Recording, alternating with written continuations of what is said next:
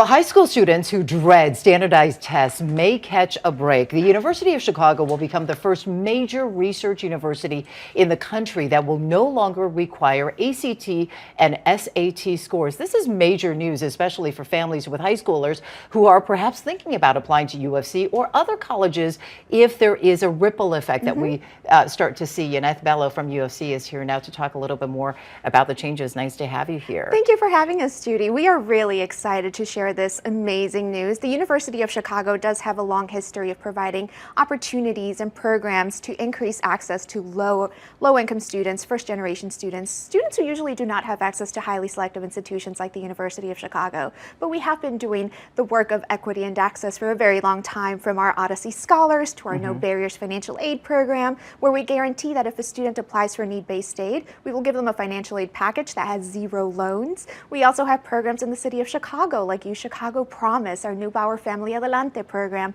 and now the UChicago Empower initiative. Well, that's an opportunity to increase access to even more students. And it is a very multifaceted approach.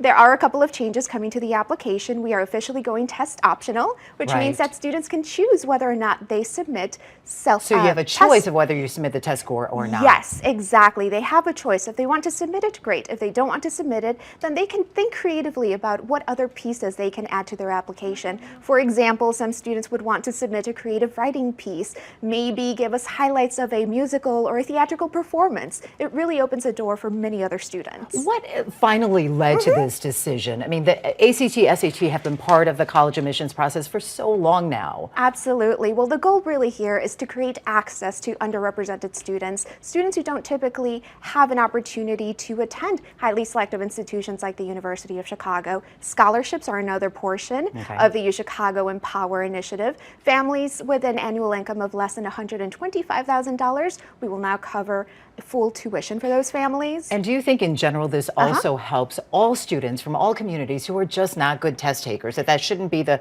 one of the only barometers? Exactly. That should not be the main barometer. And many students, as we travel across the country, tell us, I don't want to be identified by a number. I am more than a number. Our Empower initiatives really allow students to present themselves in the best light possible. And this starts what year? This year. This year. So, okay, you got to keep that in mind. Yaneth, thank you so much for joining us and walking us through some of the changes. Absolutely. Thank you so much for having me. Hey, if you like that video, be sure to subscribe to our ABC7 Chicago YouTube channel.